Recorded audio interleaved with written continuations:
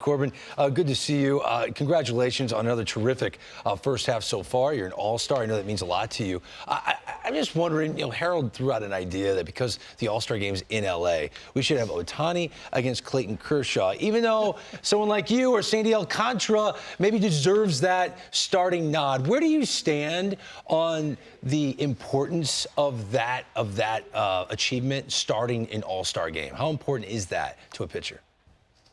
Yeah, first thanks for having me on. But yeah, I mean, as Kershaw being an LA guy and been in the All-Star game a ton of times, it would definitely be awesome for the city and the game of baseball. I'm also a California guy. A lot of people don't know that.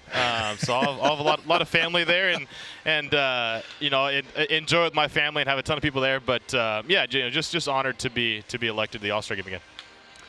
Corbin, congratulations on being named to the All-Star team. Quick question here. As we look at the new playoff format, and when you look at the fact that you have 12 teams now, how important is it to win the division?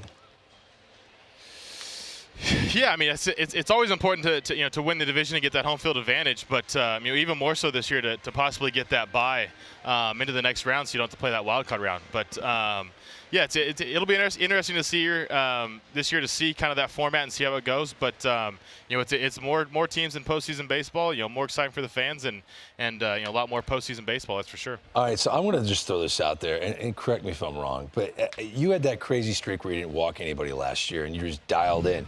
But your last 4 starts, Corbin, watching you got an ERA under 1.5. I think you're throwing the ball right now better than you've ever thrown it. Now, I'm not a scout. I'm just a talking head.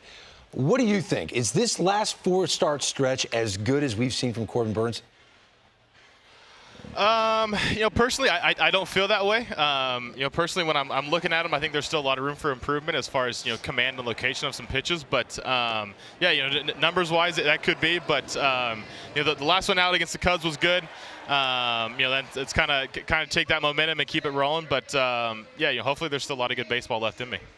Well, one thing that I look at and I love when you take the mound is that basically your pace of game is outstanding. You get the ball and you go. Is that something that you've consciously said to yourself that I want to make sure that I keep my defenders into the game, that you don't take a lot of time in between pitches? Yeah, I try not to. I still have those times where you kind of start to lose it. You have to kind of refocus, step off the mound, and take a breath. But yeah, for the most part, the quicker you can be, the more engaged your fielders are going to be, and the quicker you can get back in the dugout and get some water and get a snack. Now, the quicker you are, does that allow you to actually dictate and call your game? Or are you on the same page with everybody involved with the pregame prep and everything else? Because I would think after I throw a pitch and I'm you, I know what I want to throw next, and I want to get the ball back and go from there.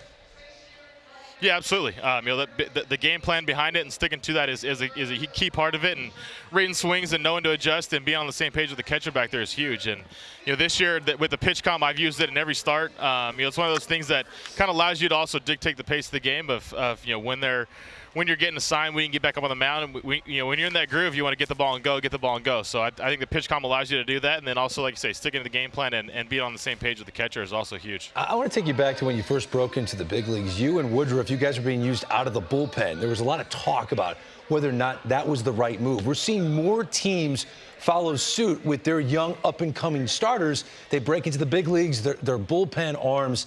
Did that help your maturation process? Or do you think, you looking back, you still wish you could have just been an every fifth day guy right from Jump Street? I definitely think it helps.